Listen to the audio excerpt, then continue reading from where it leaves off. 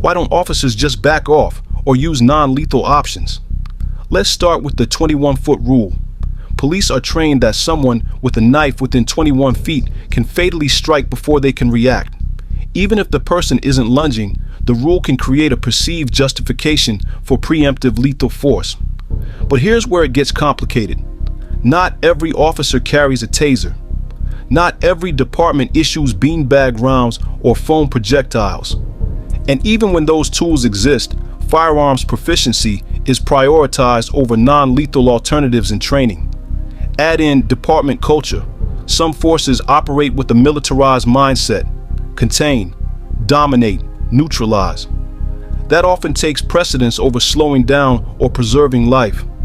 Legally, the standard isn't about whether a threat was real, but whether an officer can articulate reasonable fear. That bar is low, and it's protected. Take the recent case of Jacob Lyle Eppel, a 32-year-old man involved in a vehicle collision. After exiting his car, Eppel approached officers with a knife, reportedly made suicidal statements, and then lunged.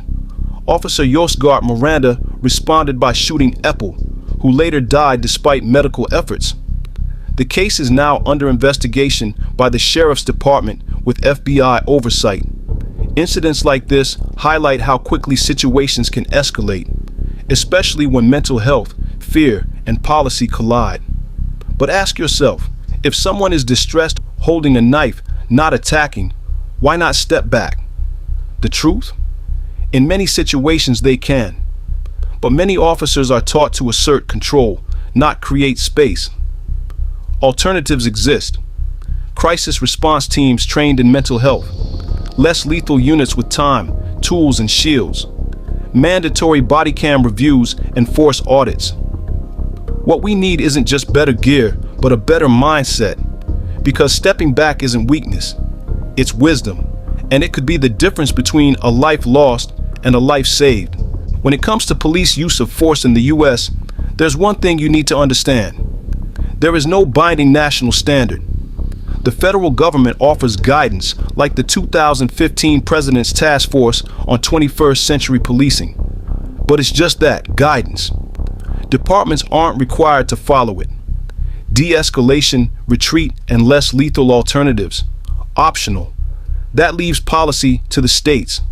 Some have taken action. California's AB 392 says lethal force must be necessary, not just reasonable. Washington's I 940 requires de-escalation training and independent reviews after deadly force. Colorado even mandates officers intervene when a colleague uses excessive force.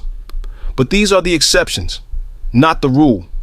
Many states still follow the outdated reasonable officer standard from Graham v. Connor, 1989, which doesn't ask what's safest, only what another cop might have done. And then there's department-level policy, where things get even more inconsistent. Some departments require de-escalation. Some just encourage it. Others don't mention it at all. In 2022, a national review found only 30% of police departments require de-escalation. Fewer than 15% banned shooting at moving vehicles. Most still allow deadly force to protect property. Even when policies are in place, officers are protected by qualified immunity, a legal shield that blocks lawsuits unless a nearly identical case already proved the action illegal. So here's the truth. We don't just have a policy problem. We have an accountability problem. Until laws demand, not suggest, de-escalation, until violations come with consequences, we'll keep seeing tragedy where there could have been time, space, and survival. Kojo Mati is a truth seeker, storyteller, and guardian of ancestral memory. Through Afrocentric storytelling, political insight, and spiritual clarity, he challenges false histories and reclaims what was stolen. Join the movement, like, share, and help him reach his first 500 subscribers. Subscribe to the Heru Car on YouTube.